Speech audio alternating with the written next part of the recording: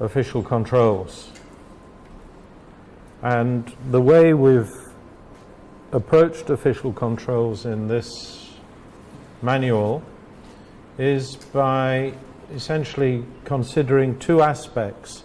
One is the management, the policy area for the competent authority, because these are important things to get right. If you don't have the policy straight, if you don't have effective management of your food safety area with fisheries as a component integrated into that, then it becomes very, very difficult to actually implement a set of controls. And that is the second aspect which we will cover, is actually the, if you like, more the sharp end of things, the inspection activities of how we make sure that business operators follow what is set out in the rules. So I'd like just to now talk a little bit about the management aspects of the competent authority and some of the principles that we should be taking into account in the way in which we design our national food control systems, and specifically include fishery products as one of several commodities which are addressed within that system.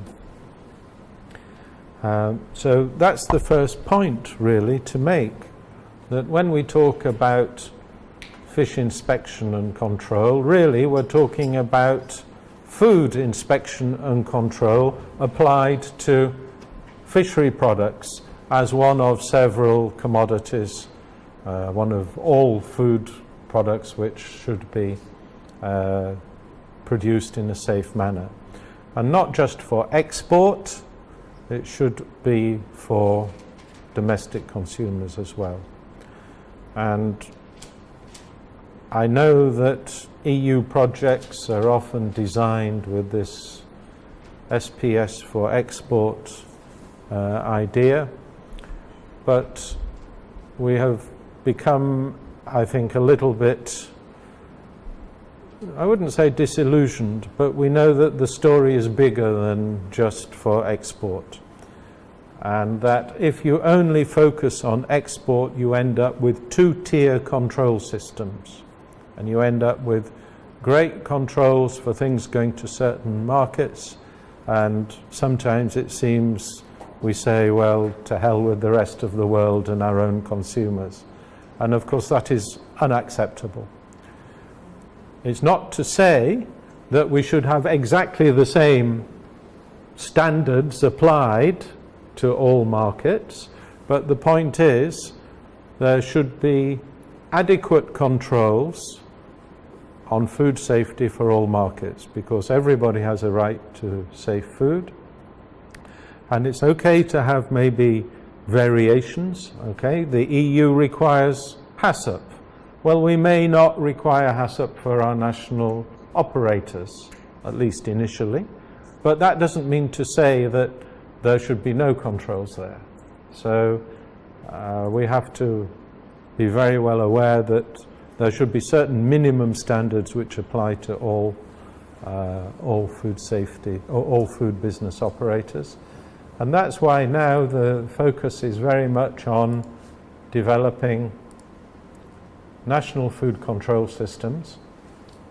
There are some excellent guidelines within Codex which relate to this subject. Particularly, this one we use regularly, Guidelines for National Food Control Systems, by one of the Codex Alimentarius. You can download this from the Codex site. But there are others of relevance, Guidelines for Food Import and Export Inspection and Certification, Guidelines for the Design, Operation and Assessment and Accreditation of Food Import and Export Inspection Certification, Guidelines for Food Import Controls, and Guidelines for Exchange of Information between countries. So these are all different Codex documents which relate to different aspects of our food control system. There are some important principles which we try to build in to the management and the design of the system for food safety controls. Of course, we're looking primarily at protecting consumers. The system is designed to protect consumers, whoever they may be, wherever they may be. And that is something we must always bear in mind. We have to take into account the need to address the whole of the food chain, the whole of the supply chain, from its origin to consumption. We say from farm to fork or something similar, but the idea is that, going back to that idea of the limitations of end product testing, that one cannot control things at the level of the market. You can't just sample from retailers and hope to do anything about food safety. You have to look at business operators all the way along the supply chain. That's why very often when we go to countries and we find that standards bodies are engaged in food safety, we find that that is not always effectively implemented, because there is a tendency to focus on sampling at the market level and testing the products in the laboratories. So this doesn't really get into the origins of food safety failures. We have the principle of transparency, so that all aspects of national food control systems should be transparent, open to scrutiny by stakeholders, however, respecting where required confidentiality, because of course as inspectors sometimes we're party to private information about individuals and businesses, which of course we're duty obliged not to disclose. But for the most part, in terms of the presence of food safety risks, ensuring that consumers are properly informed, we do need to be transparent.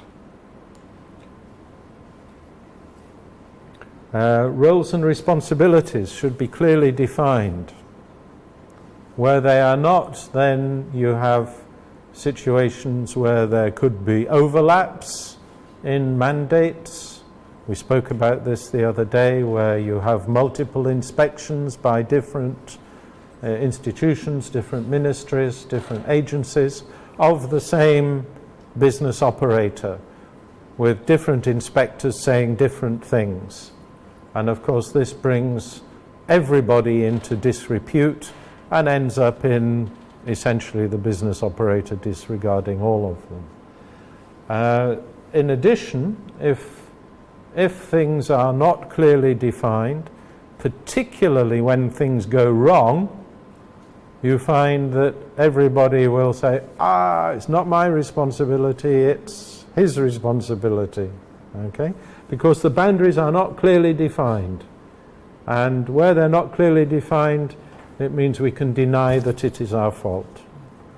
And the most important thing is to have very clear accountability for food safety. You should be able to point to an organization and say, this is the organization which is responsible for food safety in our country. And the head of that organization is the person who is responsible for making it work. So that if there is any failure, you know who is responsible.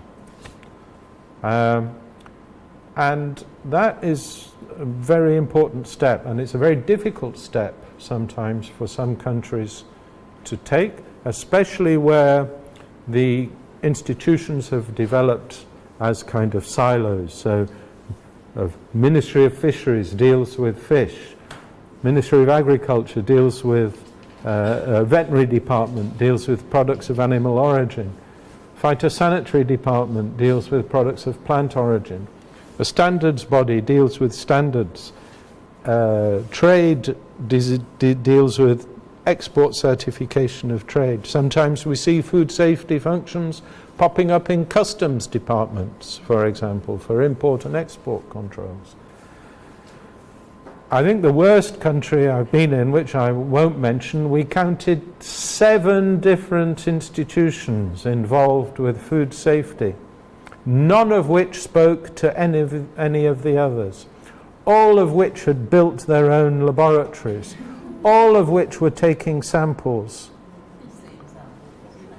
all of which were requiring the business operators to pay them for the sampling and certification of those tests. Is it any wonder that the agricultural sector in that country was almost dead because it had been killed by these excessive levels of unnecessary control? So having clarity in responsibilities is important for those reasons. It's also important for budgeting. There is a very important question you should be able to answer. How much does my country spend on food safety, on official control of food safety? You should be able to answer that. There should be something in the budget somewhere which allows you to answer that question. You can say how much it spends on health, how much it spends on education, how much it spends on defence. Why can't we say how much it spends on food safety? And the reason is because food safety is often buried inside other institutions. So you end up, it's in the Ministry of Health, in the Public Health Department, as one of several functions within that department. Or it's in the Ministry of Agriculture, within the Veterinary Department, as one of several functions amongst others. And if you don't have the clarity in the responsibilities, you cannot budget. And if you can't budget, you can't prioritize. So there are implications other than just having effective food safety as to how we translate policy into reality. If you can't allocate budgets to specific things, it becomes much more difficult. Consistency and impartiality. We have a duty to treat people equally, to treat different business operators equally. It means that we also have to take care between sectors. So if our government authorities go into a slaughterhouse and say something about the food safety conditions in a slaughterhouse, to be fair, we should treat a fish processing establishment on a parallel level and expect similar standards of food safety. So we need to have some way of working across sectors here to make sure that we are not imposing excessive burdens on one sector and less on another. And of course, ensuring that our officers are also, when they visit different establishments, are working to the same level, so we don't see variations between inspection standards. When I go to an establishment, I should be able to identify exactly the same non-compliances and compliances to the same degree as when the next inspector goes to that same establishment. So some kind of system of calibrating our inspection system. At the end of the day, we are all instruments. We are instruments which are used to determine the safety of the objects which we're inspecting. So ensuring some kind of consistency there is important. Risk-based, science-based, evidence-based decision-making. Well, that comes with the territory. Mechanisms for cooperation and coordination between multiple competent authorities. I think it goes to having clear roles and responsibilities. Preventative measures, rather than waiting until things go wrong, of course, to have ways to identify non-compliant operators as early as possible.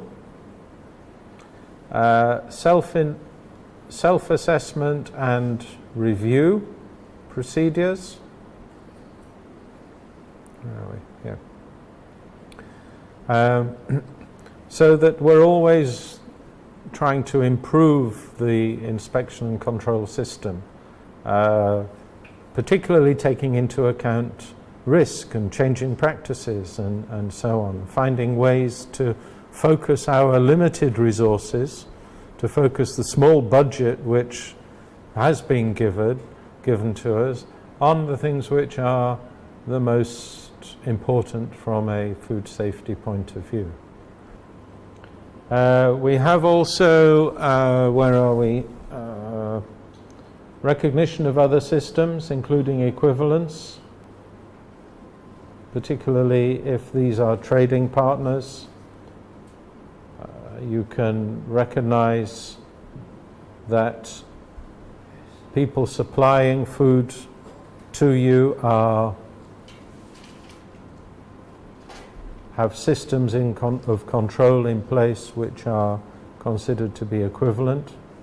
So you make the prima facie assumption that the product is safe when it has been produced subject to that system. This allows you to make reduced levels of checks, and these are often mutually beneficial between trading partners. Food control system has to have a legal foundation, of course. Now we're moving more towards having primary food safety legislation, a primary act, a food safety act at national level, not a Food and Drugs Act, but a Food Safety Act. Now there's a trend that we're trying to promote to separate your food control system from your drugs control system, because the concepts of control which you apply are different. Drugs are essentially industrial products, and you can control them much more effectively by sampling and testing with purity criteria and end product standards and things like that, and licensing of production systems. And if you combine that with food, as we've seen in some countries, you end up with this old-fashioned system of trying to license the production of food. So you license foods rather than controlling the places and processes by which food is produced. And this is another way of kind of getting money out of enterprises, which we sometimes see.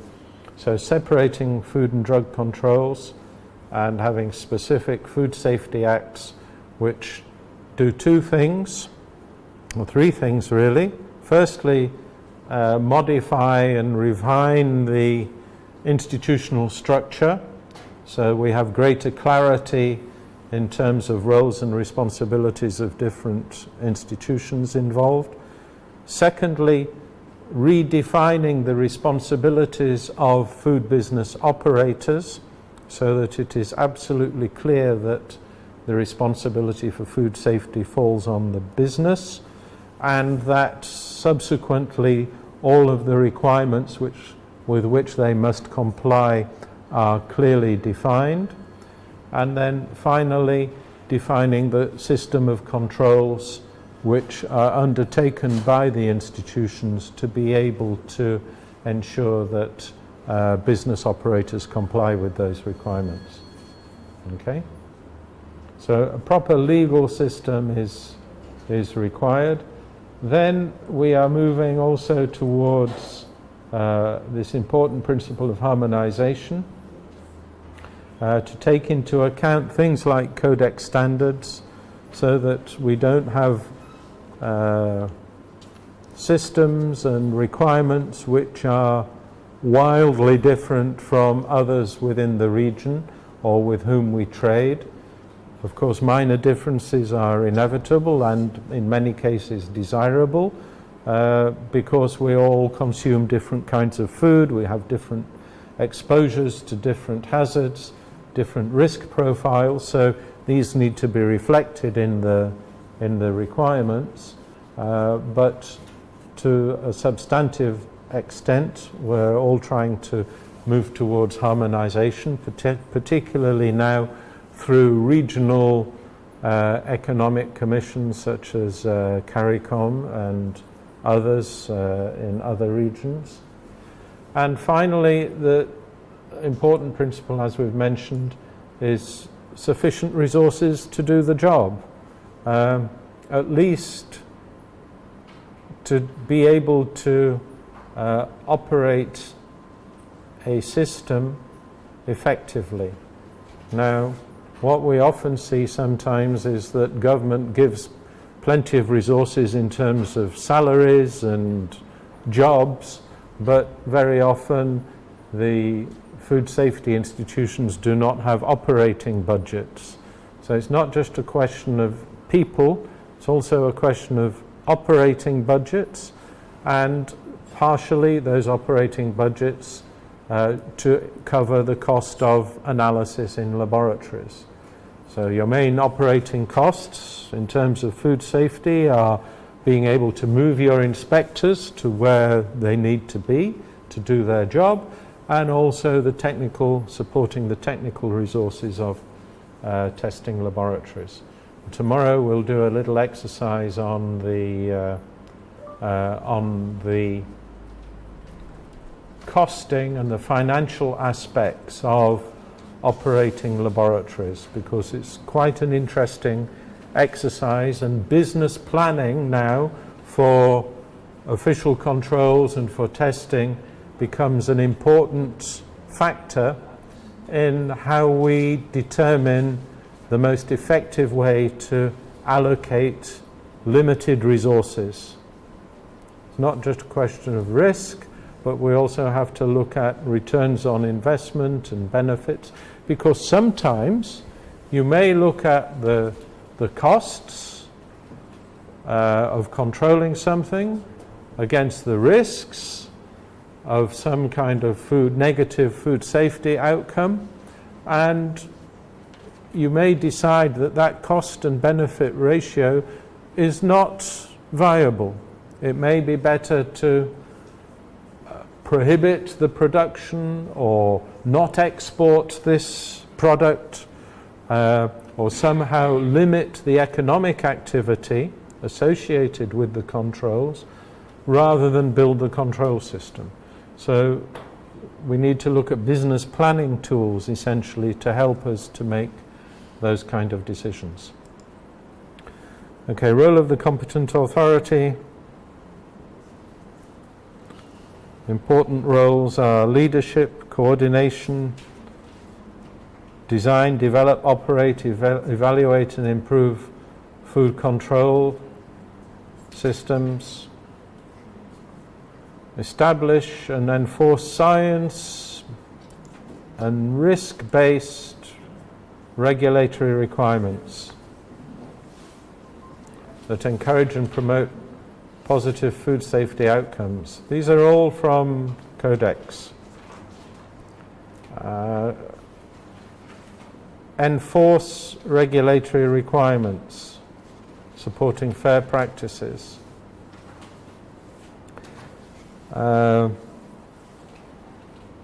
Liaise or have arrangements with supporting organizations. You see, we have to think very carefully about functions here. If you do a functional analysis of food safety, official control of food safety, it isn't one activity. There's many different activities. If you sit down and write a list out, I think the last time I did it, I counted some 32, 33 different functions which are performed as part of a national food safety system. And so it's not just inspection. You know, there are many different things. There are the policy, there are preparing regulations and drafting regulations, there's inspection, there's sampling, there are laboratory testing functions, there are training aspects, taking care of the training of inspectors, the enforcement officers. There are issues to do with managing laboratories, but from the side of the competent authority. Not inside the laboratory, but if I'm an inspection function and there's a separate laboratory function, I need somebody on my side to be able to work out which laboratories should be doing which tests for me, what standards of testing, what are the conditions, and so on. So separating things like competent authority from inspection bodies, because at the level of the management we have competent authorities who are dealing with the system level, but we can have maybe different inspection bodies. Some can be in the fishery sector, some can be in the meat sector, others could be privately engaged to perform certain functions. On Friday I'll tell you a little bit about a project we assessed the feasibility of in the Pacific for a private sector organization to support inspections by competent authorities. So there are these functions, when you start looking at these activities from a functional point of view, can all be teased out and defined in the way in which we operate our system. And functional analysis is an important tool we can also use. So we have inspection, audit, certification, accreditation bodies, all of which perform certain aspects and certain functions. We need to take care of knowledge, science, research and education regarding food safety. This is not a static subject. This is the point. Our knowledge of food safety is changing all the time. Almost every day you open a newspaper or bring up Facebook, you get something about, at least on my Facebook, I don't know why, I get something about new food safety scares or ideas or research. So this is changing all the time. And we have to not only be aware of it, but also to drive it. You know, we as food control professionals, we have questions which we would like to be answered so that we can design our control system. And these are important things that somewhere within our national system we have to have somebody who's taking care to make sure that research on food safety is going in the direction that we want it to go, so that university departments of food science are doing the appropriate research which answers the questions which we need answering. Engaging with stakeholders, absolutely essential, particularly when we are advancing our regulatory system to the extent that we will be imposing new requirements on food business operators. You cannot pluck those out of the air and say, hey, you guys, boom, you have to comply with this. End of story.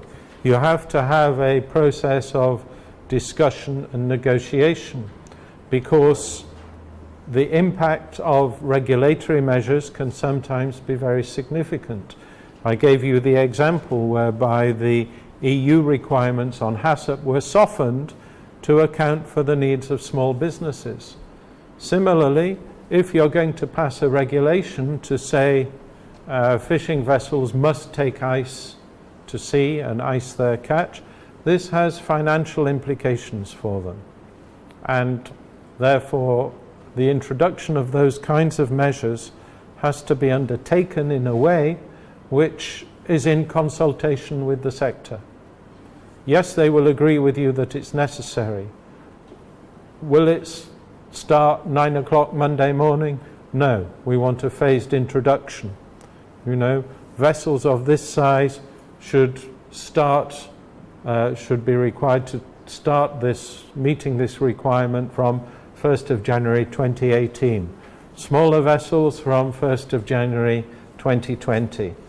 To give people a chance to invest and adapt their systems. And that means that you need a mechanism for consultation with your sector.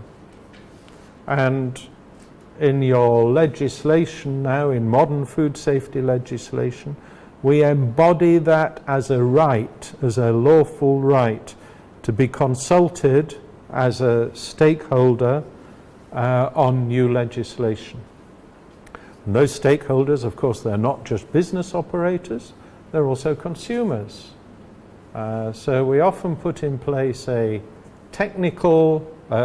stakeholder consultation mechanism, lawfully enshrined, which requires competent authorities as regulators to consult with their relevant stakeholders before they introduce new measures.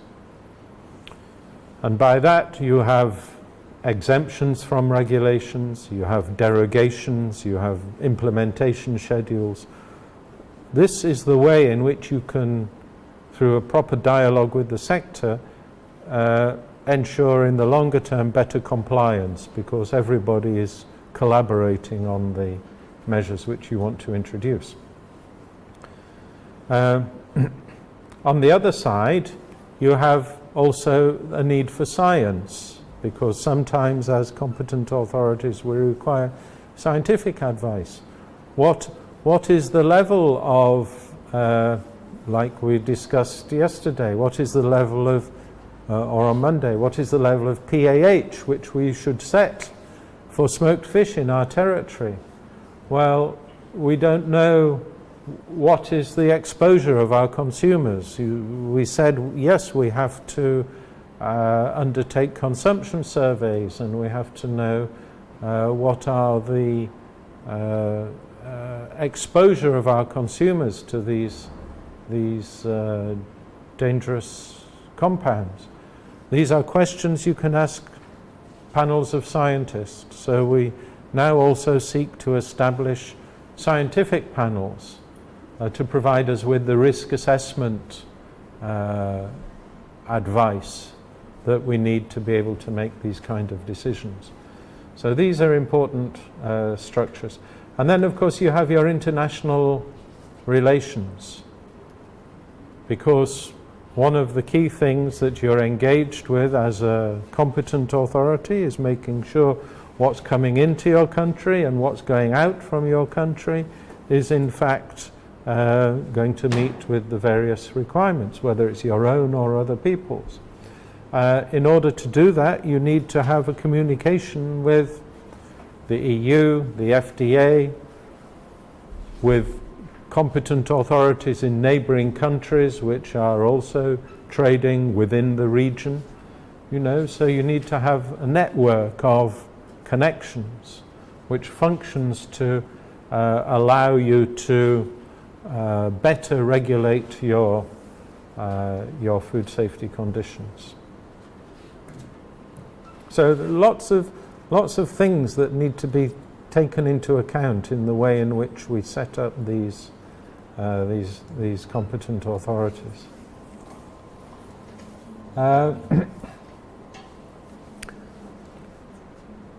So food safety policies, of course, need to be reflected in this. I've covered some of the things that we need to do.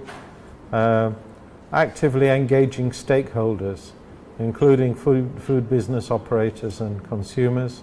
I've already mentioned there. I think several of these things were mentioned previously. Legislation.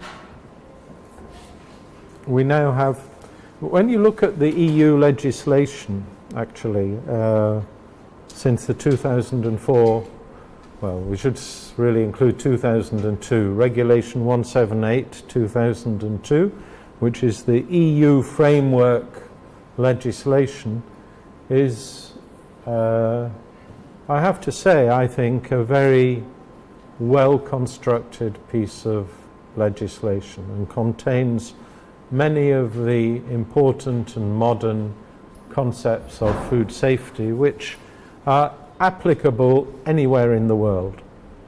What was quite interesting actually was, I think during the course of this year they've performed an audit, an internal audit of the EU food safety control system, and they just published it last month actually, which was rather interesting in that the main finding was that the EU legislation still, after we can say, well, 2002 to 2016, 14 years, that framework legislation and the principles, they still find them valid and relevant and so on. Where there were some criticisms were in relation to the need for more risk assessment and better consultation and things like that. But the basic principles, I think, are valid. So when you read this, you can get some good ideas about your national food safety systems and ask yourself whether these, what you have now stands up, measures up to some of these concepts which I've set out. So, yeah. What should national food legislation do? Define responsibilities of food business operators. I don't want to go into too much detail on this, but should be unambiguous responsibility for food safety. That is absolutely essential. This is why we don't like, again, end product sampling, testing and certification. Because if you as a competent authority say, oh, we require your product to be certified, just as a general means of control, what we're saying is we are taking some of that responsibility from you and putting it on our own shoulders. By taking a sample, analysing it, and issuing a certificate which allows you to operate, we are saying, yeah, you're okay, and we've issued a certificate to prove it. So if there is any food safety failure, and I've had this, I've seen this, what do they say? Ah, you gave me a certificate. It's not my fault, it's your fault. So you abrogate some of that responsibility. So this is why the law should be absolutely explicit that under any circumstances it is the food business operator that is responsible for food safety. Yeah. For us, like for example, with the issuance of the license, after we do the plant inspection or facility inspection, we would also attach a letter stating that you must adhere to the things and regulations at all times. If you don't, that your license can be revoked.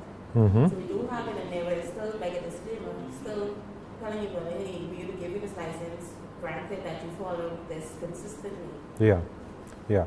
The license or approval is really just a statement that certain conditions have been met. It doesn't say that the food is safe, because you can't say that. It depends what people do in that establishment subsequently. But in terms of the design, layout, hygiene conditions, training of staff, existence of a HACCP plan, temperature of the fridges, all of those kind of specifications, the hygiene conditions, the existence of GMPs, it's ticked all the boxes, and that's what your license says. Yeah.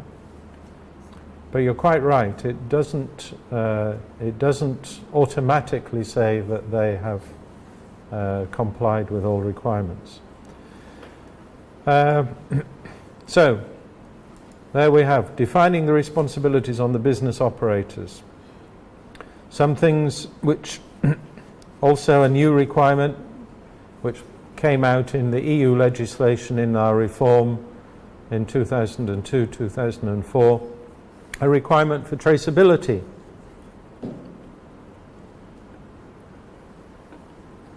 So all food business operators now in the EU are required to be able to identify from whom they received any particular item of food and to whom they have passed any item of food. In other words, to have one up and one down traceability. We'll have a session on traceability later in the week. Also, the food legislation should define our system of official controls. So in other words, nominating the competent authority responsible for risk management. Risk management is indivisible in a country. You cannot have more than one risk management authority.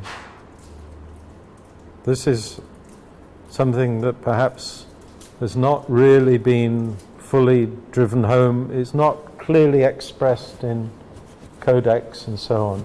But the idea that risk management has to balance food safety risks across the whole of all products which are consumed in that country.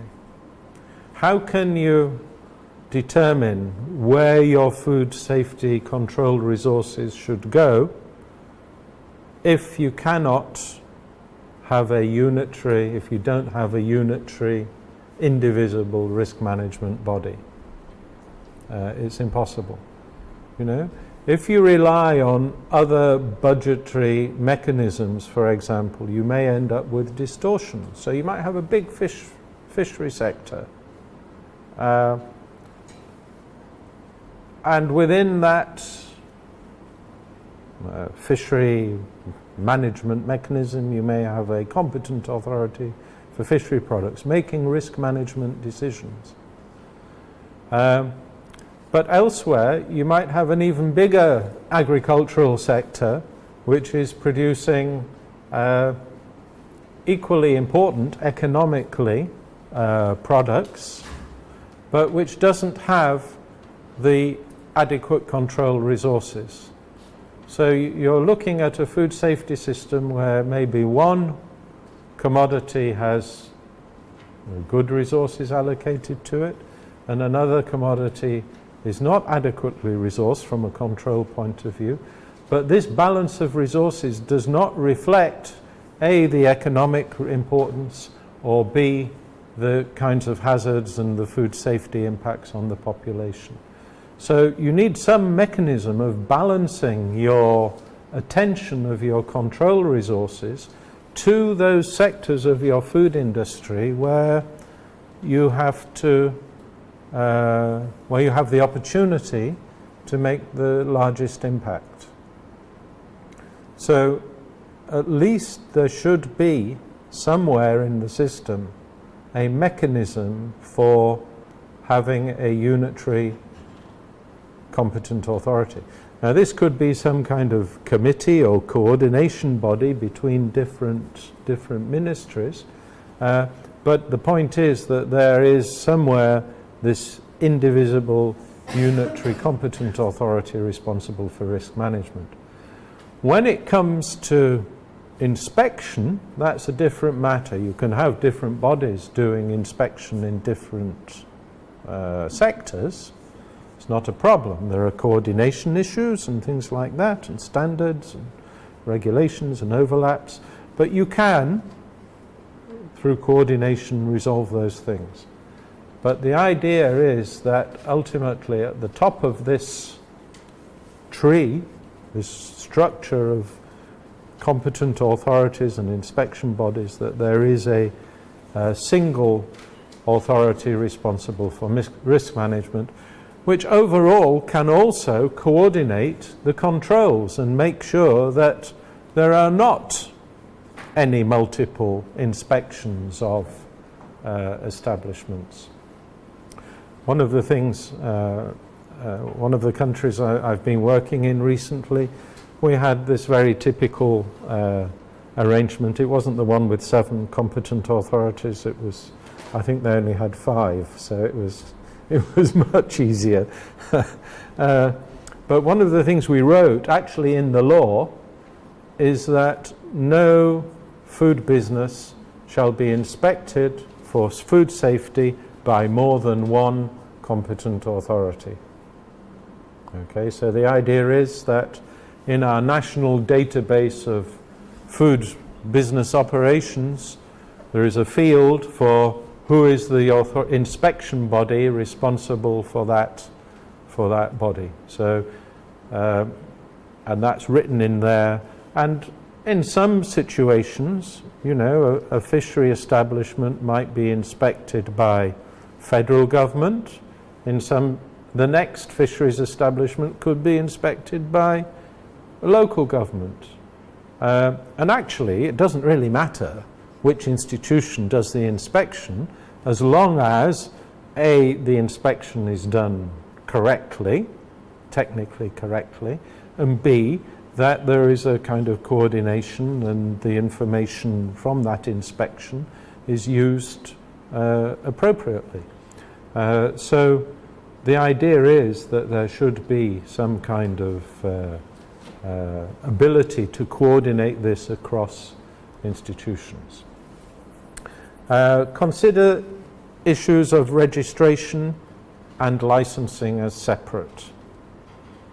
Registration is generally regarded as a universal requirement. All operators in the sector have to register as a minimal requirement. They cannot operate unless they register with you. That means they have to come to you and say, I am here, I am operating, this is what I'm doing. And you know that they are there, that they're operating, and that's what they're doing. But that's all it is. It is just a transmission of information. You don't give any permissions or anything like that. You cannot deny registration. It's like when you're born, you know. Nobody can deny you being registered when you're born, because you're born. And it's just to record that fact. You're born, these are your parents, this is where you were born. No way of denying it. So you can't deny registration. But on top of that, then you have your licensing system, which is your EU approvals, for example. This is what the EU does. For products of animal origin, we require approvals. It's a license. And it's an additional requirement which says you must comply, be proven to comply with these conditions before you can operate. And we reserve this for higher risk business operations, higher risk establishments, so that we can have that additional level of control. So you can begin to stratify your control system using the legislation.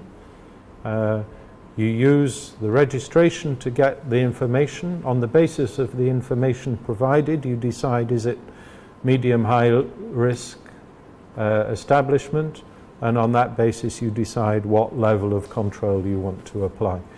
We'll talk more about risk-based inspections later, because that's where this is all moving towards, risk-based inspections.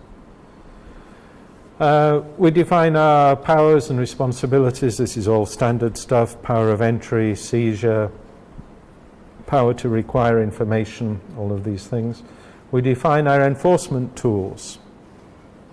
It's not just a question of this is the law, you break the law, you get fined, you get prosecuted. Of course, that is one enforcement tool, but there are many other enforcement tools which we need to define in our legislation, or which we can define, modern enforcement tools.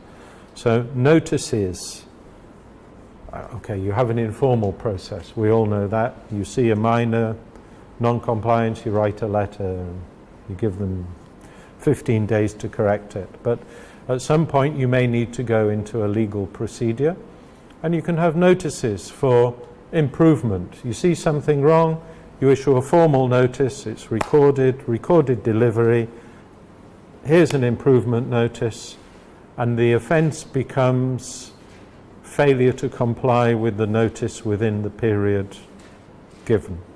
That's one option. You can have prohibition notices to stop people from doing things.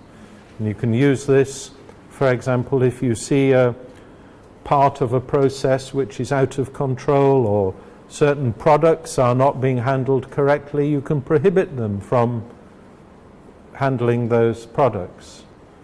So if they don't have a proper system for refrigeration or icing of their histamine producing species, you can actually issue a prohibition notice so that that enterprise only handles fish which are not histamine producers, for example. Things like withdrawal now. We have this concept where it's the responsibility of a food business operator, if they have sent out products which subsequently prove to be unsafe, voluntarily they can withdraw them. They can say to their customers, hey, don't send that off to your customers, send it back to me and I'll give you a credit note. If they don't do it voluntarily, we want to be able to force them to do that using our regulatory powers. Okay, so we can issue withdrawal notices. So there's a whole armory of different tools which we can use. And these have developed because we don't want to consider our food control system simply as an administrative process, whereby this is the regulation, if you don't comply you get prosecuted. What is our objective? It isn't to prosecute people, it is to actually make our food supply system safer at the end of the day. So these intermediate, softer steps, although they have the force of law ultimately behind them, there are fines and sanctions which are at the subsequent steps of all of these different notices. Although we have these, which ultimately have this sanction, they are softer steps. They try to lead the business operator through a series of actions to actually make the food safer. So we need to have these set out in the legislation for removal of unsafe products from the market. Seizure, recall, withdrawal, destruction of unfit products and so on. And defining the different kinds of sanctions available. And ultimately, you should have available in any food safety system the kind of nuclear option, which is to close down a business completely, to cause them to cease operating. And that's, that's necessary, because if at the end of the day they are producing products which are unsafe and they decline to do anything to address those non-compliances, then they are acting essentially recklessly or intentionally in a criminal way, and this should be regarded as the same as any other business which does not respect its duty of care to its public or to its customers.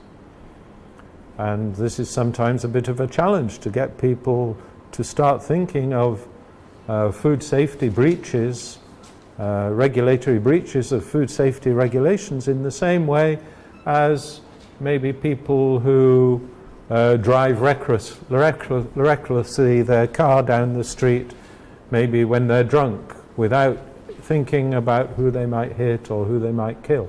And certainly if you're operating a food business without the appropriate knowledge or skills, it is the same as driving without a driving license and not having passed your test, because you don't know what you're doing and it can kill people in the event. So ultimately you need to be able to remove those businesses from the supply chain. What are some of the other issues we need to consider? Very quickly, the risk analysis principles, we need to have science in there. Emergency measures for food safety crises. Epidemiology, we mentioned this the other day, the need in the context of ciguatera, for example, but not just ciguatera, other diseases as well.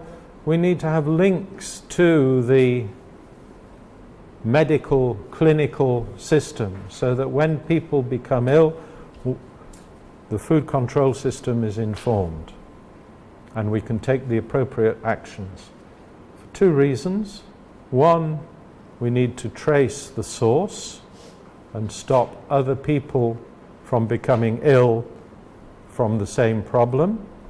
But also, lots of people work in the food sector, in food businesses. Maybe the person who's ill is a food handler, and we don't want, in certain cases, if it's something like salmonella or something like that, we want to prevent them from continuing their work as a food handler to prevent other people being infected. Surveillance and monitoring programs. We need to ask the question, is our food safety system working? Well, we don't know unless we take some routine and random samples of food from different places at the level of the market and try to assess the frequency of presence of various hazards. This is our surveillance, this is monitoring. It's not control, we're not seeking to control anything, we are asking the question, is our food safety system working? And we're using a structured sampling and testing exercise to make sure that it is. Considering the role of laboratories and standards, yeah, we need laboratories, but what will be the relationship between the laboratory and the inspection body is a question that we need to consider, both from the point of view of ensuring the independence of the laboratories, but ensuring that we have a clear procedure for decision making about safety of foods. Because very often what we see is, and this is from the old standards-based end product testing, is an inspector will take a sample to a laboratory and say, please test that for me. And that's about all they say. So it's up to the laboratory then to say, oh, well, what is the standard which applies to this product? And then they test for all of the parameters in that standard, and then issue a certificate to say, yes, the product complies with the standard. Well, there's another way of approaching this, which is from the hazard-based approach to inspections, where I, as the inspector, decide through my inspection process and knowledge of hazards and things like that, what is the issue of interest in this particular circumstance. And I take my sample and take it to the laboratory and say, please would you analyze that for these parameters? And the laboratory then analyzes for those parameters and provides a test result in the form of a numerical value, parts per million or milligrams per kilogram or whatever, of the parameter I've requested. And I decide as the inspector what is the consequence of that result. Does it comply? What does it mean in the context of my inspection activities? what actions should be taken as a consequence of that result. Do I issue a certificate? Do I refuse to issue a certificate? Do I prosecute? All of those things are within the decision of the inspection body. So this is using laboratories in a different way to perhaps traditionally they may have been used previously. Annual control plans. As a competent authority, you have to have an annual control plan which sets out what are the objects of your control, how many establishments are there, which of those will be inspected, how frequently, what is the nature of those inspections, how many samples are you going to take, what are the parameters which you're going to have tested. All of these things can be set out in advance. And it's linked to your budget. You know, you design your control plan to meet the budget available, or ideally you get the budget which allows you to satisfy your control plan. And then conversely, at the end of the year, having an annual report, which can even be public to an extent. You can remove all of the confidential information. But to say, what is the status of food safety in the sector which you're controlling?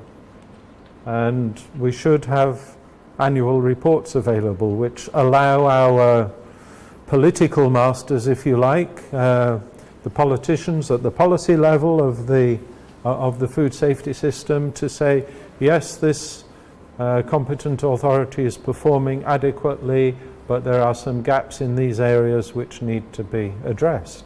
Unless you get that planning and reporting system straightened out, it's very, very difficult to plan for a future improvement and development of the system. What else can we say? Role of food safety management systems such as HACCP or ISO. We need to make decisions as competent authorities. What do we do if a business operator has a HACCP plan which is officially certified by a third-party certification body?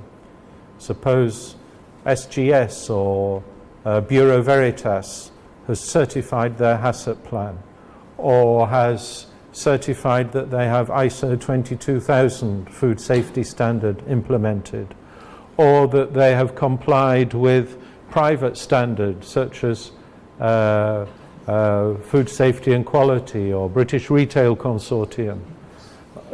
What is our policy with regard to that and official controls? Do we accept that certification as evidence that they already comply with that, therefore we don't need to inspect it? Nestor is shaking his head like mad there. But these are questions which, you know, you can ask, and you have to make a decision. And it's fine to say, no, we don't accept it, but, you know, in some cases you may wish to reduce the burden of official control where such things exist. We need to think about information and communication technology and food safety databases.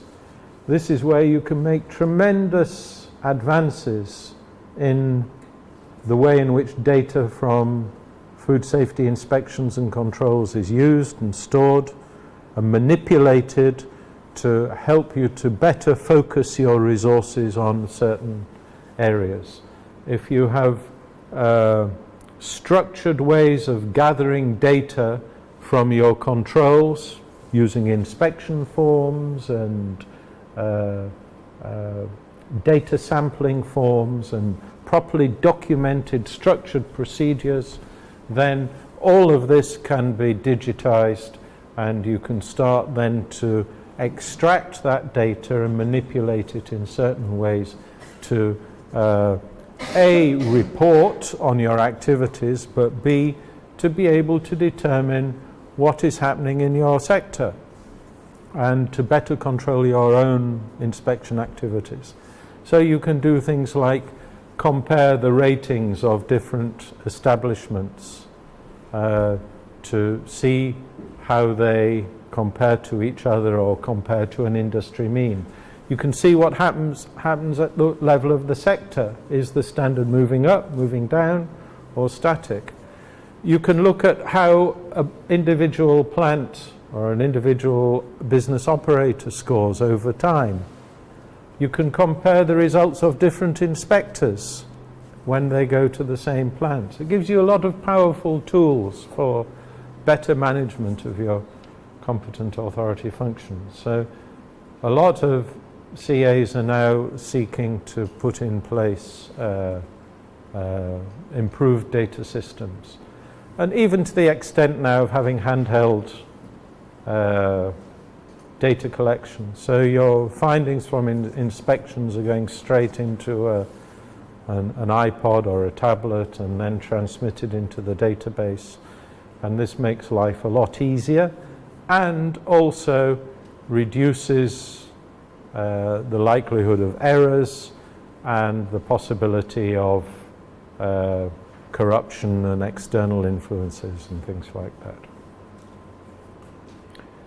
Removal and destruction of unsafe food, we need to think about that. Where does it go safely so that nobody can grab it and take it round the back again and reintroduce it into the supply chain?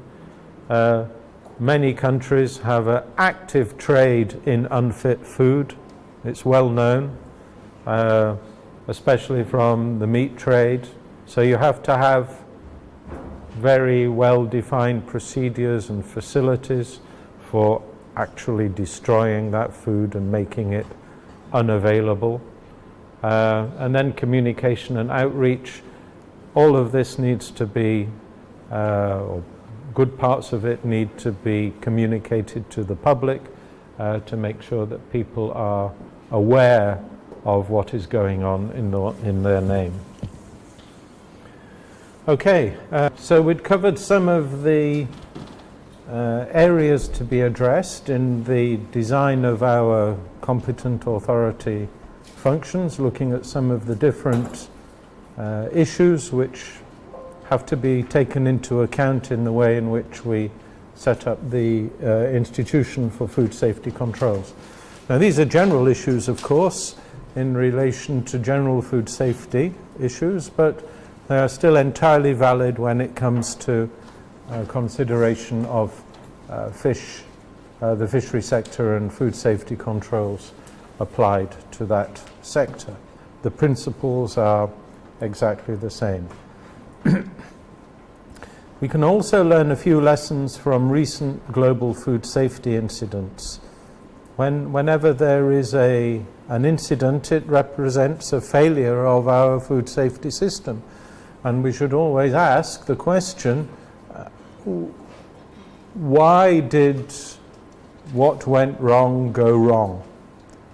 What was it about our system that failed? How can we seek to strengthen it? And what lessons does it provide for us for the future? So some of the lessons that we've learnt in Europe over the last 25 years or so, 30 years we can say, since I first started working as a food inspector, some of the important lessons which have been adopted and applied within EU legislation. Several I've mentioned already. The need to place clear responsibility for food safety on the business operator. Unequivocal principle that the business operator is responsible for the safety of their products. Ensure that we have controls which operate along the supply chain, including, importantly, for animal feeds. This is of relevance to us in the fishery sector when we come to considering food safety of aquaculture products. Use our knowledge of risks and severity of hazards as determined by risk assessment, to focus our resources on the most important hazards so that we have we get more value for money, if you like, from our investment in food safety controls. Ensure that we are able to identify emerging hazards in real time. We know that because we have biological raw material, the hazards evolve. Bacteria and viruses evolve. Last year, we dealt with the major outbreak of Ebola virus in West Africa. Similarly, we've had various influenza viruses to deal with, or similar respiratory diseases to deal with in recent years. It's probably only a matter of time before we get something similar which is foodborne. And we have to think of the do we have in place systems which can quickly identify when there is a new hazard arising, and do we have sufficient flexibility in our system to be able to apply controls which may be required in those circumstances. So we need a degree of flexibility in the system. These are not static systems. They should be designed to evolve as our identification of hazards also evolves. Ensure that we communicate with competent authorities across borders. The food business is no longer isolated. It is a global business, and therefore our control authorities also have to be globalized and networked accordingly. Ensure that we have a legal basis for traceability, and that business operators implement traceability systems to allow us to identify the sources of food safety hazards as well as to withdraw dangerous products from the market. These are all lessons which have been borne out by our experiences in the EU. Avoid conflicts of interest and make control decisions free of political influence. We mentioned that we should try to keep ministers as far away as possible from food safety decision making. Usually at this stage of a presentation I show a very famous picture from events surrounding the outbreak of bovine spongiform encephalitis in the UK, BSE, or more commonly known as mad cow disease, in the early 1990s, where we had a Minister of Agriculture who was responsible for the veterinary department, which was responsible for animal feeds, as well as veterinary controls and animal health controls, and veterinary public health, in other words, food safety related to issues concerning animal health, to zoonoses. On the other hand, he was also responsible for promoting the British agriculture sector. And when there were first indications that this human disease, what was it called? Jakob-Creutzfeldt disease, so that would be JCD, was linked to the BSE in cattle. Some initial researches showed that there was a link between the two, and the press was beginning to get interested and say, don't eat beef because it could be dangerous. He went on television with his 7-year-old daughter and a beef burger And he gave this beef burger made with British beef to his daughter, and she sat there munching away on this beef burger in front of the world's press. And his message was, British beef is safe enough, and here I'm proving it by feeding it to my own daughter. And of course the message was ultimately wrong. And the point is, he didn't have the data to be able to make that statement. And of course he had a conflict of interest, direct conflict of interest, because on the one hand he was responsible for food safety, but on the other responsible for promoting aquaculture and promoting the sector. So what is the lesson from that? If you are a fisheries department, can you really honestly control the food safety of fishery products if you are under a fisheries minister? Or will there always be a tendency for your political master to promote the sector, protect the sector, rather than take action to exclude dangerous business operators from the supply chain? It's an important question for consideration. Are there conflicts of interest if it's a fishery department trying to operate a food safety system? These are questions which unfortunately need to be asked and answered. I'm not saying that it's bad that fisheries departments have food safety controls. In many cases the only other option is no controls for that sector. So, you know, you have to look at these things in perhaps a wider context. But these are important questions that need to be considered in the design of systems as far as possible, so that we can have science-based decisions based on facts and evidence, as far as possible independent of ministerial direction. And then clarify and rationalize our institutional responsibilities, recognizing that it is very difficult to share or divide responsibilities within a supply chain.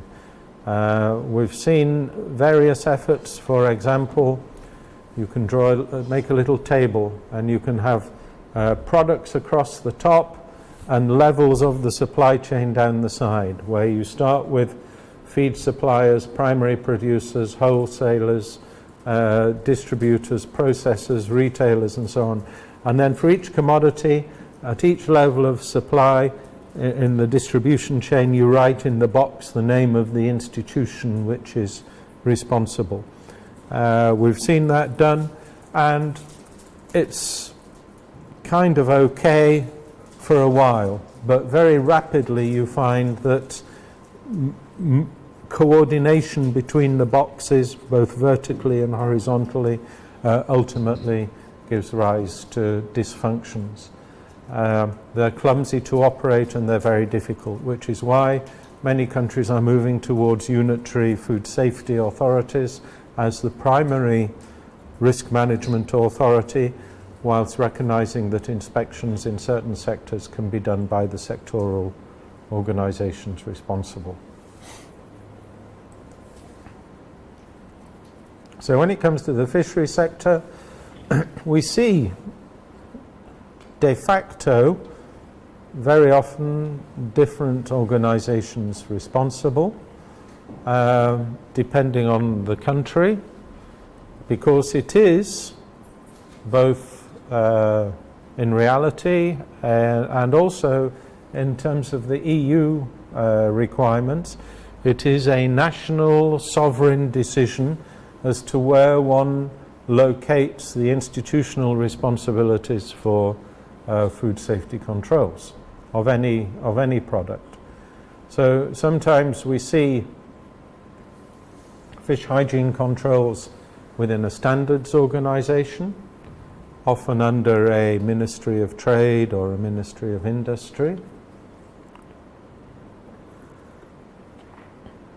In some countries we see the fisheries controls under a veterinary department within the Ministry of Agriculture. We can see it sometimes within a fisheries department, either under a Ministry of Agriculture or in some countries where fisheries is a very important activity, a large activity under its own dedicated Ministry of Fisheries. Sometimes we see these fish hygiene controls falling within an environmental health department or a public health department, often under the Ministry of Health. And then sometimes in countries which have reformed their food safety institutions under some kind of food safety authority or agency. Now, with all of these, one of the issues that often pops up is that food safety is just one of several functions which are implemented under that authority. So it becomes a question of priorities within that organization's activities. And this is one of the disadvantages of these multi-agency approaches. They can work, and they can work reasonably well, but ensuring sufficient coordination between the food safety functions in several authorities is rather difficult, and ensuring that there is sufficient centre of gravity to food safety so that they can attract resources is often a problem. As well as this issue of potential conflicts of interest, where an organisation has two functions, one as a regulatory body and the other as a sectoral support organisation. Okay?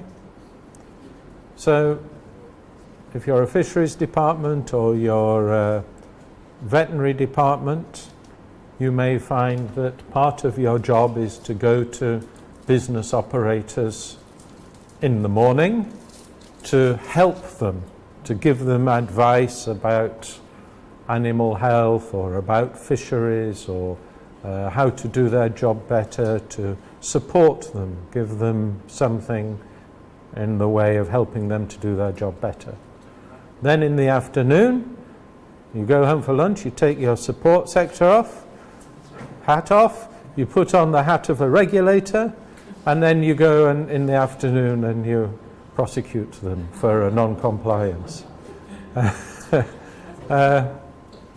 It's very difficult, isn't it? And you can't do that. And as the same, not even as the same department, never mind the same person.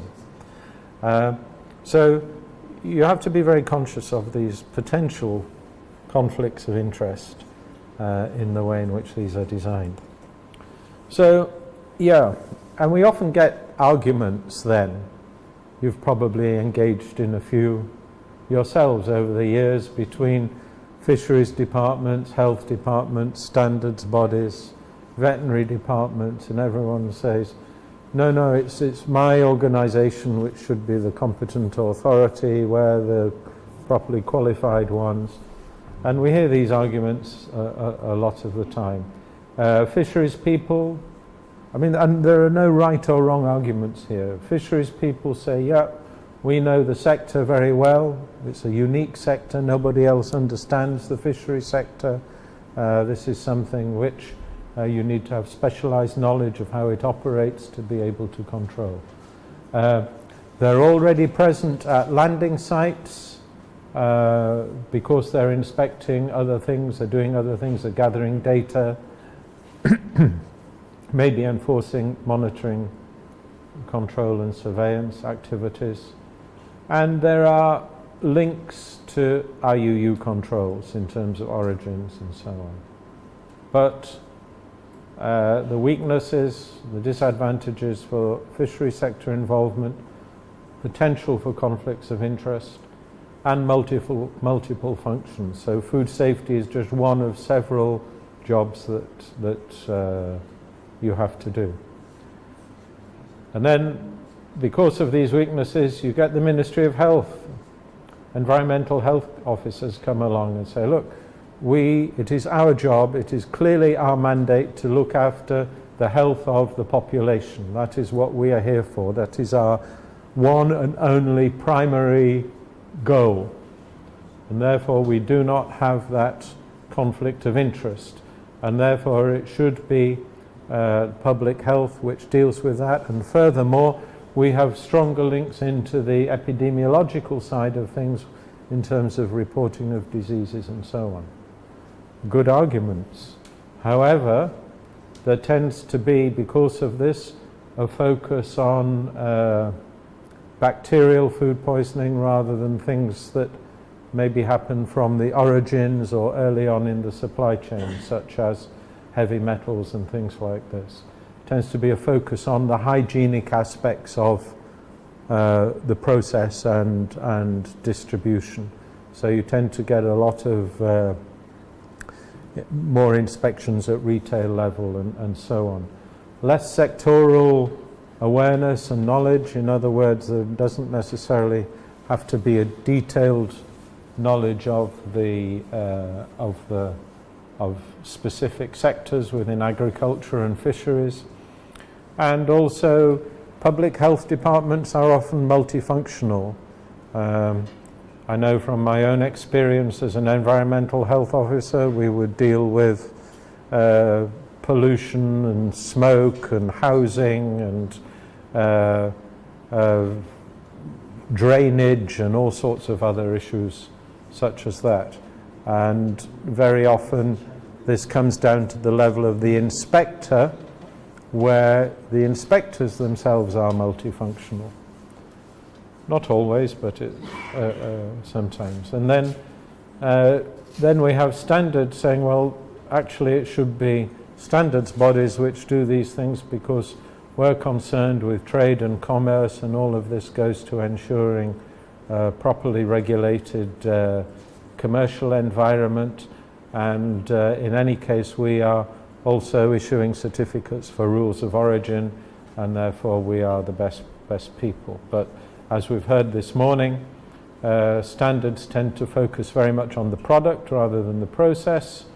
They have less sectoral awareness and multiple functions. So, you know, there are no right or wrong answers here. It's just that there are advantages and disadvantages. And when you operate a mixed food safety system, you have to try to play to the strengths of the different organizations involved as far as possible, and minimize the effects of the weaknesses. And essentially,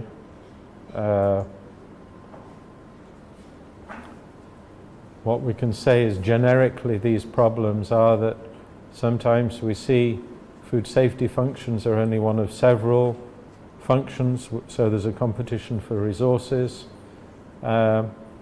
Where we have divided responsibilities, it's difficult to undertake traceability exercises, because if you have different organizations responsible at different levels of the supply chain, so suppose we say the environmental health department is responsible at the level of retail, and the fisheries department is responsible at the level of processing or wholesale.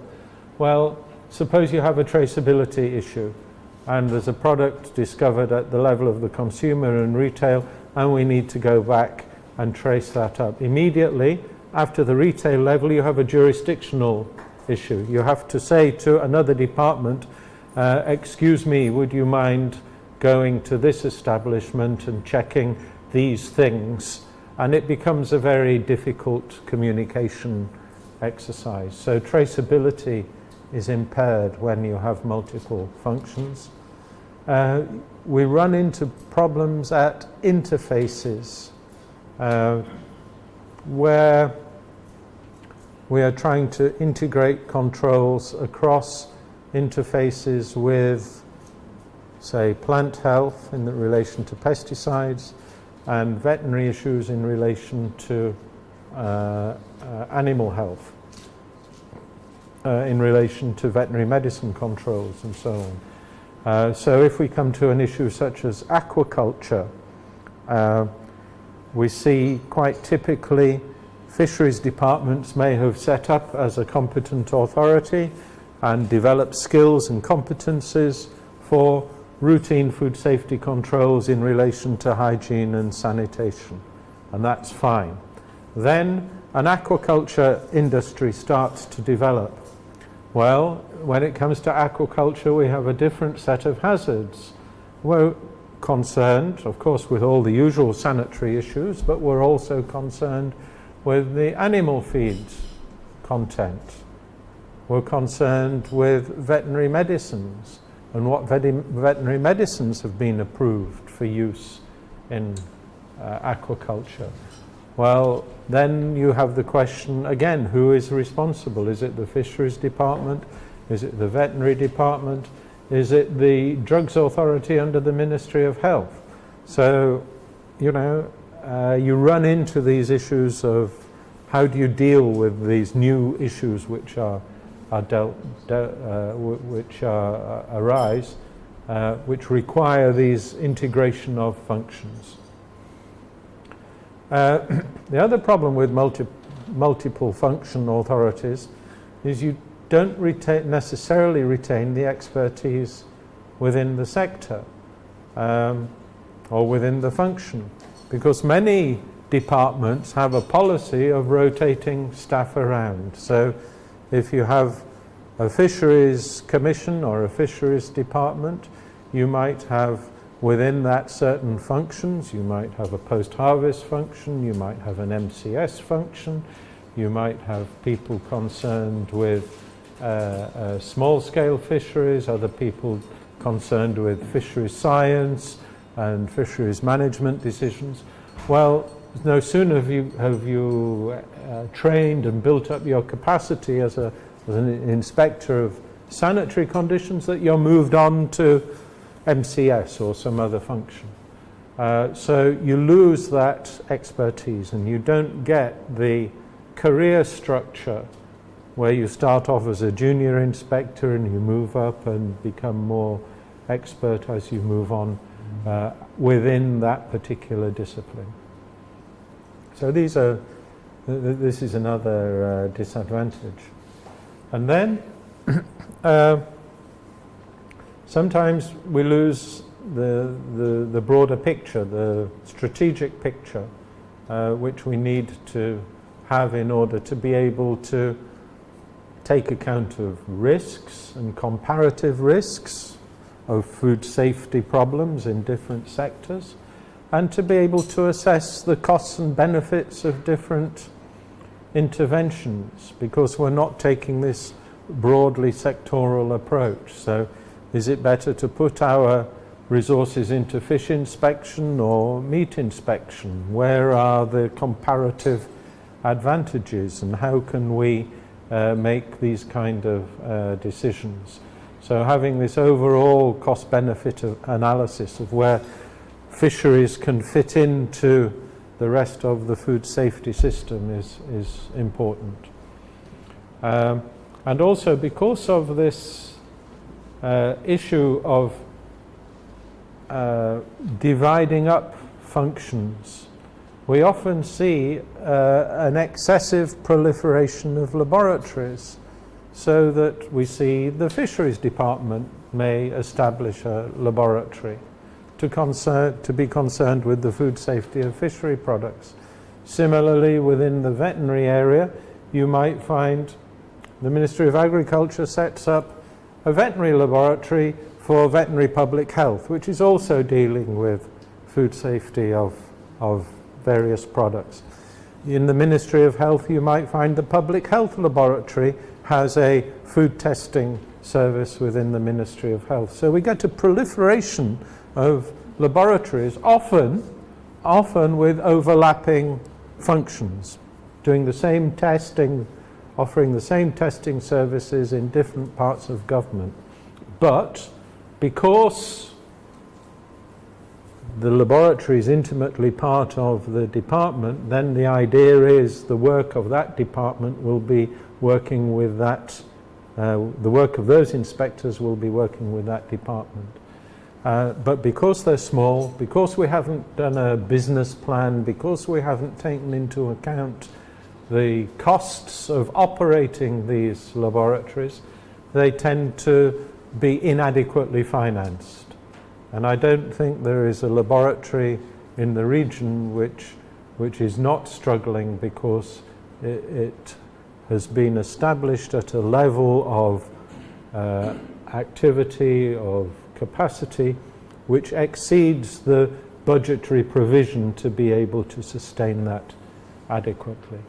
And the problem with that then is there is this pressure to start charging the sector for tests to be able to generate income for the laboratory. And this can be very negative in many cases when, for example, the inspection body or the competent authority misapplies the legislation and uses their legal powers to force business operators to pay for tests, to pay for certificates. And this is what we have referred to as a lawfully sanctioned extortion racket, which, you know, we see this. I don't know, I'm not accusing anyone here, of course, of such things, but it does happen, and it is a risk when your laboratories are not properly established based on a proper assessment of demand for testing. So these are some of the things which we see occurring as problems when we include in food safety control of fishery products within an organisation which has other functions and activities to perform. So one of the institutional responses, one of the system level responses to this situation is that many countries around the world now have made a decision to move towards including their controls for food safety across the board, including fishery products, within a unitary food safety authority. And that food safety authority would take the overall responsibility. It would be the authority that you could point the finger at and say, they're the ones responsible for food safety in this country. They would have a clearly defined budget, and they would work to essentially undertake some of these important functions, such as applying food safety controls along the food chain for all products, or at least ensuring that controls were applied, even if they themselves were not actually inspecting.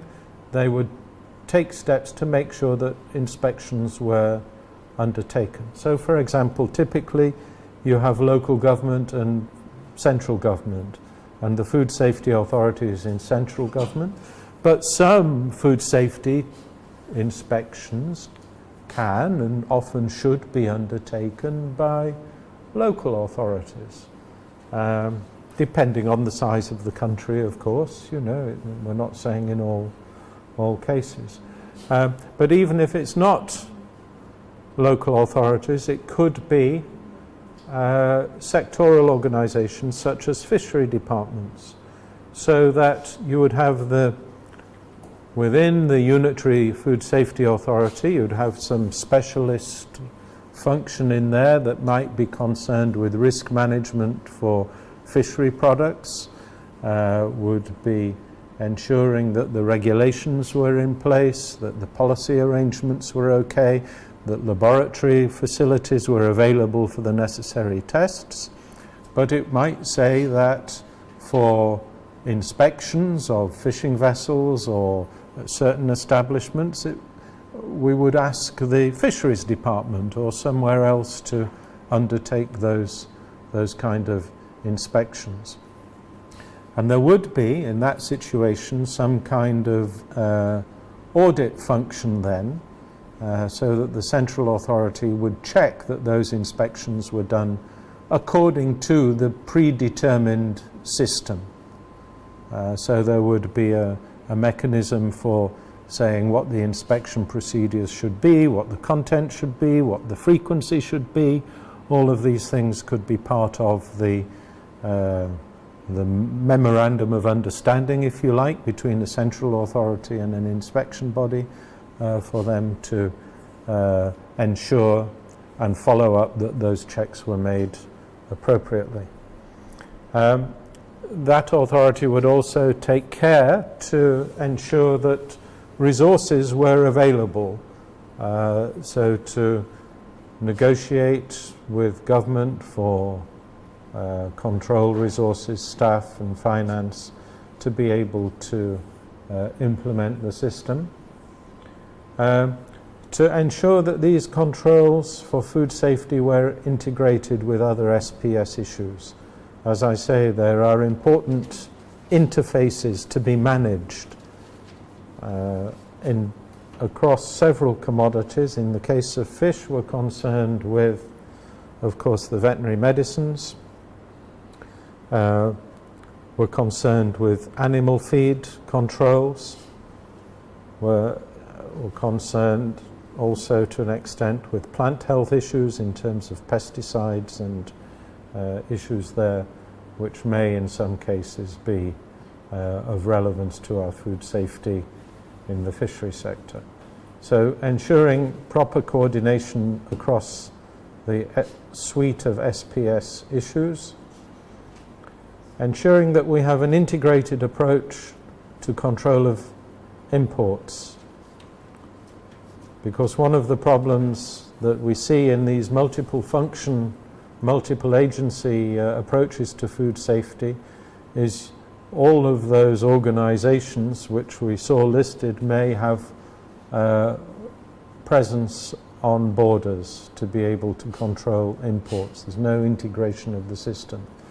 And in fact, for most imports, you only really need one inspector, because the majority of your checks which are made on imports of food or agricultural products or fishery products, the vast majority of checks that are required are essentially documentary checks to do with origins, to do with certification and so on.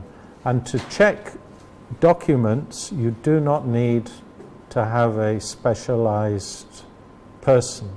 You don't need a specialized fish inspector to be able to check that a certificate from a foreign country is a genuine certificate, that it is signed by somebody who is nominated and authorized correctly. These are simple administrative cross-checks which can be done by any competent official. Where you may need additional expertise is if, of course, you decide that there is a need for sampling and testing.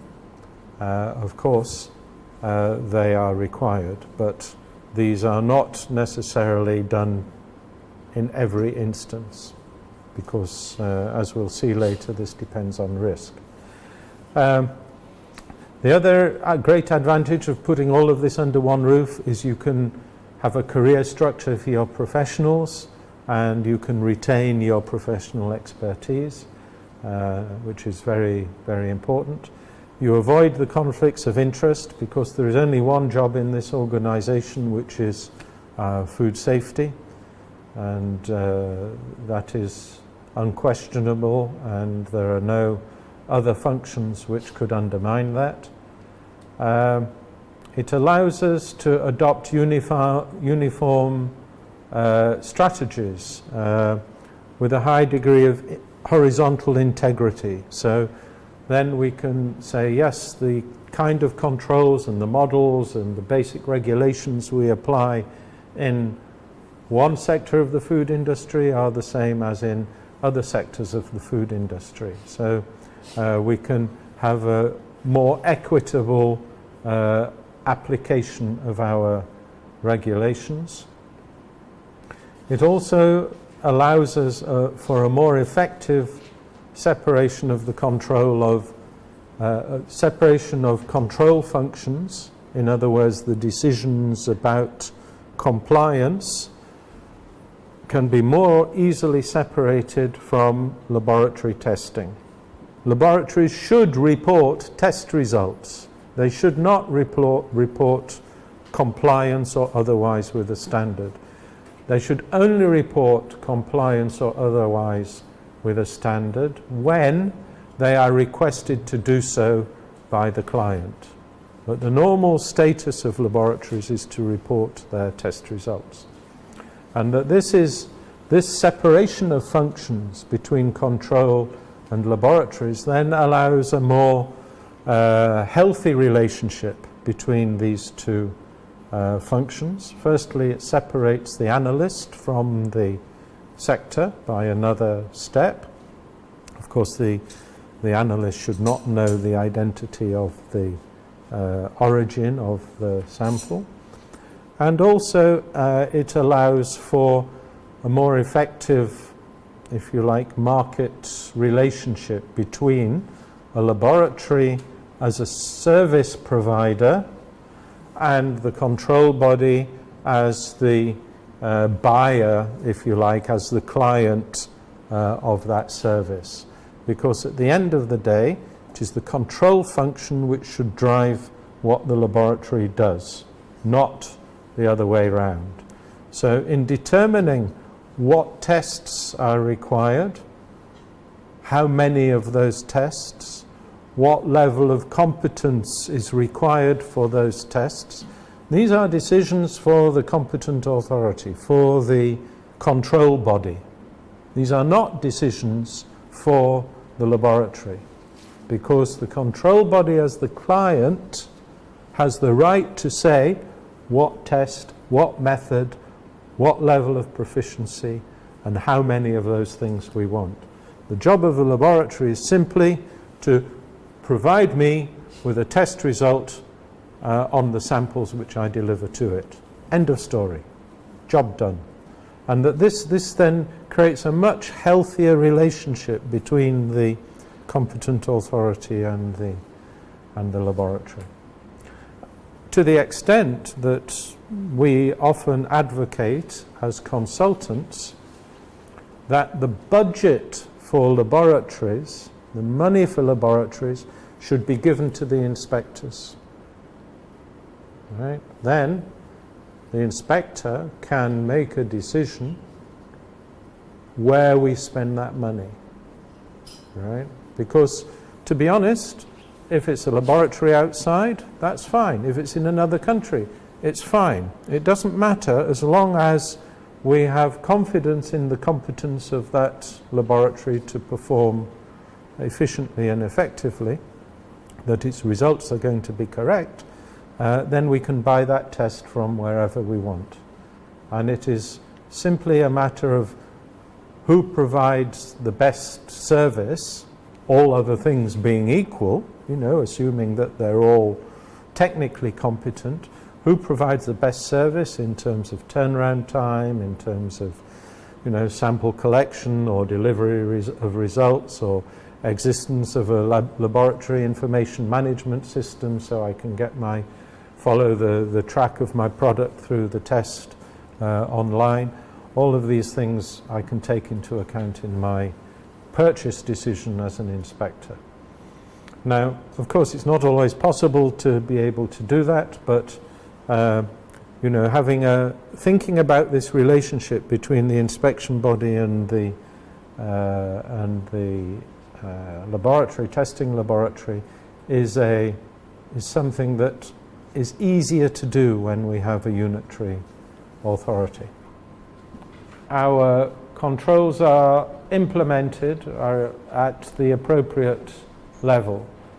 In some countries we may have local governments involved with food safety and as well as central. So how do you define and allocate responsibilities between these different levels of government based on, for example, risk or scale of activity? So you might say, as is often the case, higher risk establishments, and we often define those as products of animal origin, or in some cases we say risks in terms of international trade, so export establishments would be controlled by the central authority and others would be controlled by local government. Or you could do it by scale, but somewhere along the line, in many countries there has to be a decision as to how we allocate between those different levels. And then if you do have two levels of government, how you ensure coordination between them. It's one of the things we often see when we read the reports from DG Sante, where countries have delegated, the central competent authority has delegated some functions down to local government or provincial government, how they are directed in terms of the things they should be inspecting and how they should reflect the results back up to the national level. That's one key issue. Secondly, we have to have structures where we can make rapid decisions about management of risks. Sometimes you find that committees are involved, interministerial committees. We've seen in some cases competent authorities for fishery products, exports to the EU, put with interministerial committees where they've not been able to decide essentially who's responsible. They say, oh, let's make a committee between trade and health and fisheries. But then you find that this is very cumbersome for decision making, especially if you need to make quick decisions sometimes. You know, we're going to decline to issue certificates to this establishment. It's typically a quick decision that needs to be made, and one that often immediately, especially in smaller countries, goes up to the political level. How you can get those decisions made quickly has to be considered. We have to think about the dimensions and disposition of our inspection activities, particularly in the fishery sector. Fisheries activities happen often in remote locations. You know, the fishing port might not be in the main city where the centre of the government administration is. Fisheries activities often happen outside normal working hours. You know, if you're an inspector in a fish market, you have to be there maybe 4 o'clock in the morning or 3 o'clock in the morning when activities start. So you can't bring to this activity a fixed civil service set of working conditions and practices and mentalities, because we want our inspectors, of course, to be where the fish is at the right time. So we have to make provisions for that. It has implications for transport. You know, public transport is often not available to get your inspectors to where they need to be, so you need resources for implementation. Transport, communication facilities, field equipment, access to testing laboratories, we've already mentioned, and an operational budget, because our inspectors have to be able to move. Some countries, represented here, as we mentioned yesterday, have vessels which never visit their territory. Yet you are responsible for the sanitary conditions on board those vessels. How are you going to check those? How are you going to be able to issue an approval to say that they are meeting the various sanitary conditions? It means you have to have an operational budget either to move your inspectors to places where the vessels are, or alternatively to get somebody else to do that on your behalf. And then we have a need for administration and information system to pull all of this together. Staff training, absolutely essential, and we are promoting the idea strongly that in order to be an effective inspector or to be an effective manager of inspectors, this is a highly professional activity. It needs properly trained people with appropriate basic qualifications. This is not something that can be done by unqualified and untrained people. So sometimes we want to specify minimum basic qualifications that people should have, whatever they may be: environmental health, food science, fisheries, veterinary science, and so on. These are all possibilities. But then over and above that, there is a need for training in a whole range of different activities. We need to understand control methods, sampling and inspection. There it is in the first line. Auditing, sampling and inspection. Control procedures. We need to have a good grasp of the law applicable in our country. We need to understand also the sector, the production methods, the production technologies, processing and distribution methods, and the particular hazards and risks associated with those products and processes. We need to be able to assess non-compliance, to know about hazards I mentioned in animal feed and food production. HACCP, as we were discussing this morning. Not only do you need to know HACCP, but you need to know it well enough to be able to inspect it and determine whether or not a HACCP plan is properly founded and whether it is properly implemented. To understand the management systems for quality management, the procedural aspects of your own organization for issuing certificates for export, implementation of emergency arrangements. Sometimes you have to take certain steps to prevent dangerous products from getting on the market. It means there needs to be procedures in place, and these should be clearly defined. The legal proceedings and rules of evidence and the implications for official controls. As you were saying, Ernie, about having chain of custody of your sample. You have to be able to prove to the court that you took the sample in the correct way, that you cared for the sample, that it was always under lock and key, that you have a guarantee that that was the case, and that if it was transferred to the possession of another person, that you get a receipt for it, and all of these things to prove that the procedures and the evidence which you may be bringing have a high degree of integrity, which is going to be accepted by a legal process.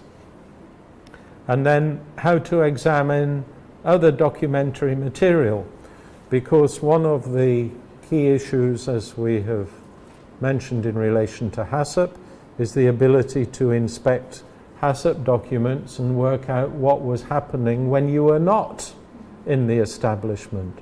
But in the same way, inspectors often have power to examine documentary materials, which could include things like invoices, for example. So you can see who the suppliers of the raw material are by checking invoices. You can perform mass balances to look at what is formally declared as coming into the establishment and what is being exported, because there are always some dodgy operators in the fishery sector that don't declare all of the raw material that comes in, whether it's for tax purposes or for IUU fishing materials. But that in itself brings associated risks, because it means there are parts of that production which are not subject to controls. How do you determine this? There are techniques you can use based on forensic accounting, where you do a balance, both financial and in terms of product volumes, to look at the flows of material through the establishment and work out whether or not these things match up correctly. And if they don't, you can then start to take other steps to check.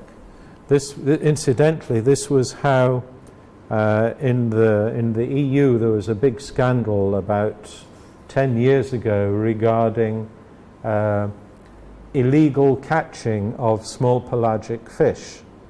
And what some of the pelagic vessels had done, and these are big vessels catching hundreds of tons a day, they had hidden fish holds. So they would be catching fish at sea, and some would go into their official hold and some would go into their secret hold. And of course, when they were discharging, of course the fisheries officers would be there measuring the official fish which came off. And what they had done, actually, because this is all flumed, right? It comes off with fish pumps in water. It's not in boxes or anything. And what they had was a secret door underwater linked to a pipe going through the quayside and into secret tanks in the factory. Okay, so this thing was very well designed and constructed, but all to fraudulently undermine the quota system. And this was going on for years and years. And do you know the way they caught them? Was eventually by financial analysis of their records. They went in and they looked what they were selling, and they realized that their sales volume, their invoiced volume, was much higher than could be justified by the amount of fish which was formally measured as going into the factory. So these forensic methods now are becoming increasingly important, both in MCS controls for illegal fishing, as well as for sanitary controls. Sorry? Food fraud, yeah, exactly. So, yeah, having some awareness of these, and the only way you can, these are quite high-level skills, but certainly competent authorities need to be aware that you can actually seek to identify these illegal activities by using some of these techniques. Okay. Yeah, so that's training. Well, these were some of the specifically fishery things we need to know about: fish biology, taxonomy, identification. Identification and composition. You know, you have to know if you're looking at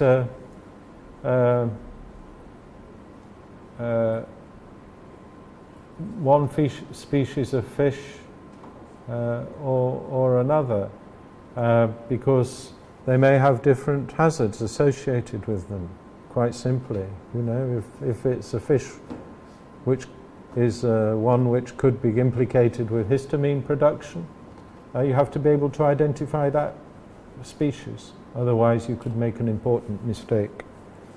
A few other things there: biotoxicology, aquaculture and fishing technologies. We have to understand aquaculture now, as well as fishing vessels and fish processing. We have to know a little bit about aquaculture production and how that works.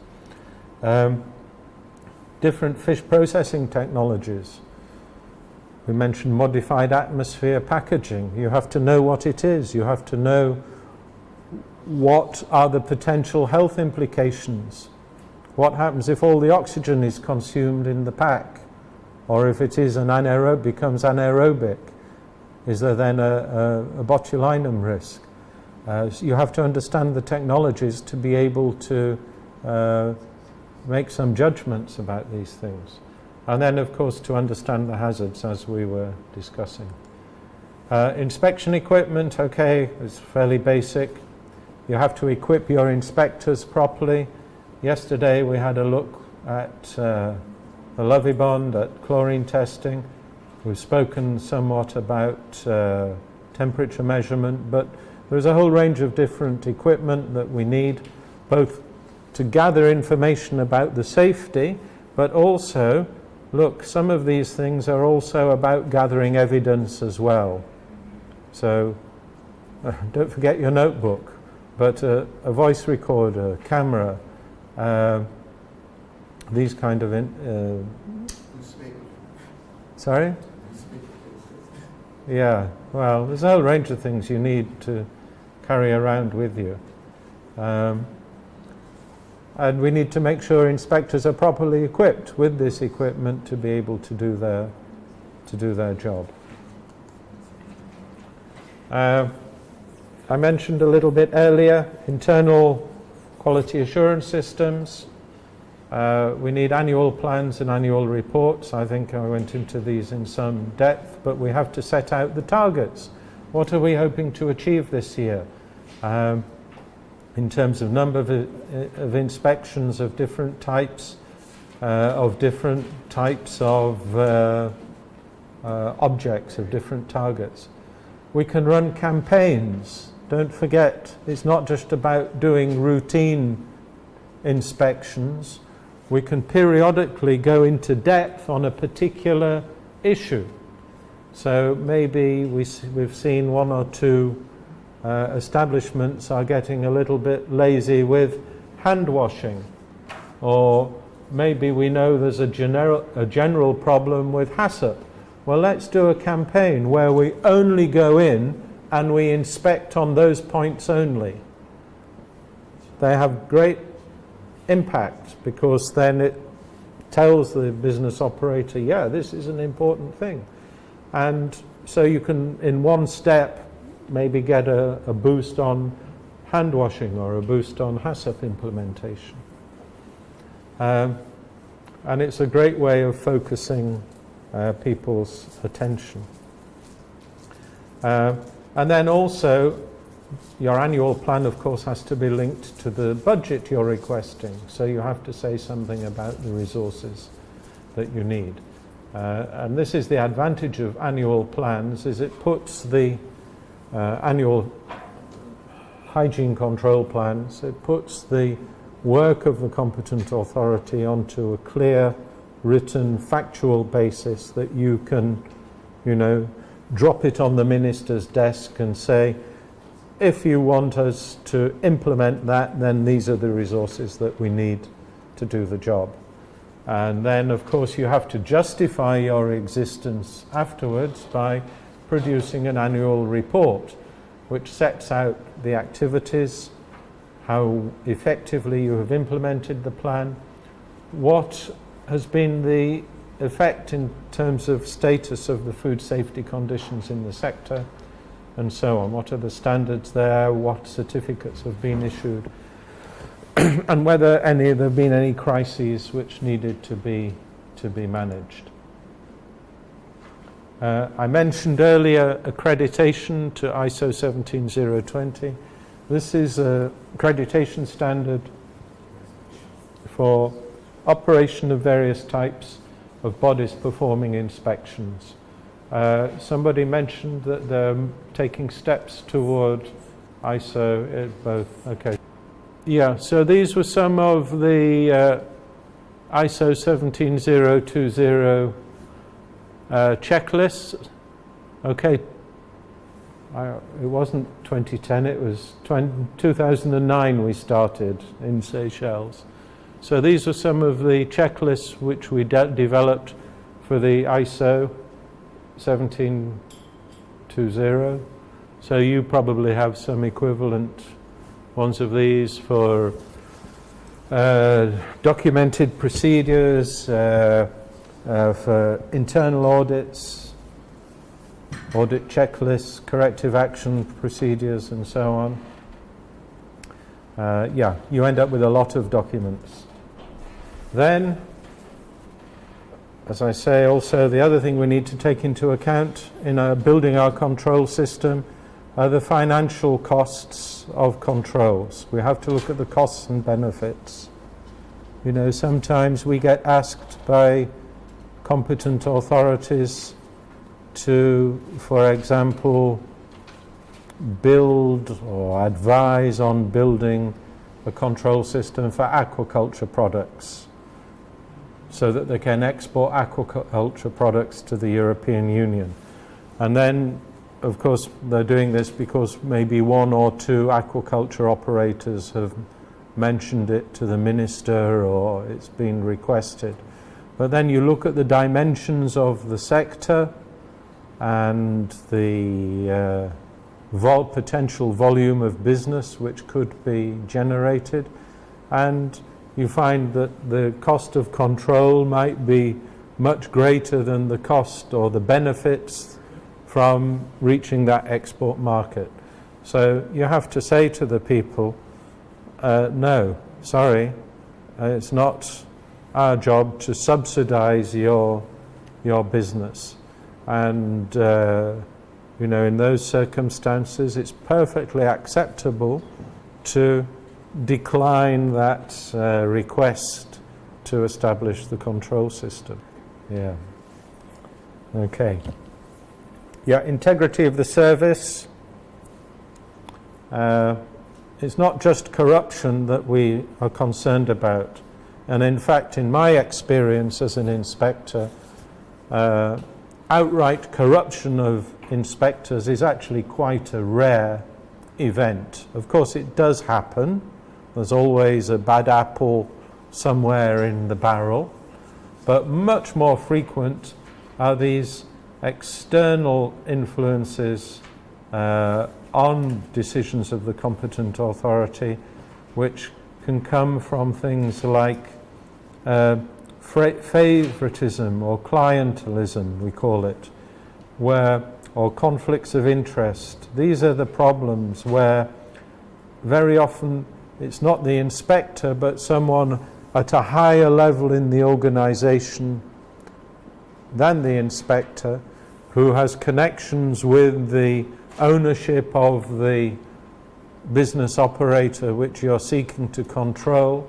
So quite typically you go in, you write your letter about the non-compliances, and of course what happens is the owner of the business might be friends or related to somebody high up in your ministry, and one way or another that influence is used, and one day your boss takes you to one side and says, hey, just go easy a bit on that factory, just don't prosecute them, you know, because well, you don't need to know, but it wouldn't be good for you if you did.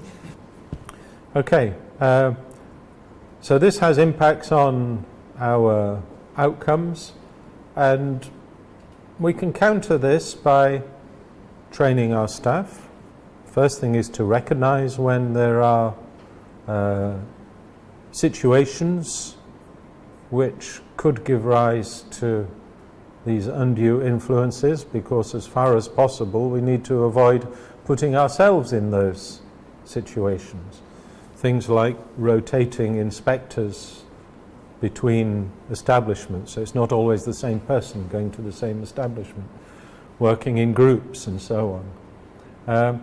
However, increasing the professionalism, so inspectors should have self-respect to the extent that we would be offended if anybody sought to influence our decisions, because we are a professional cadre which has a certain degree of integrity and self-respect in our work, and if that is breached by one person, it's everybody who is damaged.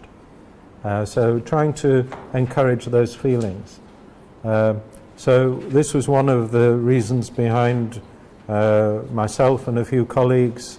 15 years ago we established the International Association of Fish Inspectors as a global professional body which can promote the professionalism of these services.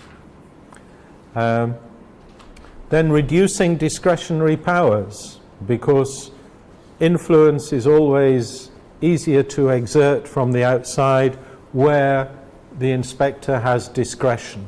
So by reducing the discretion of the inspector, we can make it more difficult, because, well, you know, the system says what the outcome should be under certain circumstances. It's not the inspector which says what the outcome should be. So for certain observations of fact, making certain actions or consequences defined within the system reduces the possibility of external influence, because the inspector has no discretion. The inspector can say, well, sorry, that was there, therefore we have to do that. You know, it's a classic the computer says no kind of excuse. But it can be used to protect the inspector, and that means having properly documented procedures to a level of detail which allows you to do that. Okay, so I think there are some of the issues that we need to take into account in the management side of competent authority functions. And these are applicable whether they are general food safety issues or whether they are specifically within the fishery sector. Okay, thank you very much for that. That's the end of that particular presentation.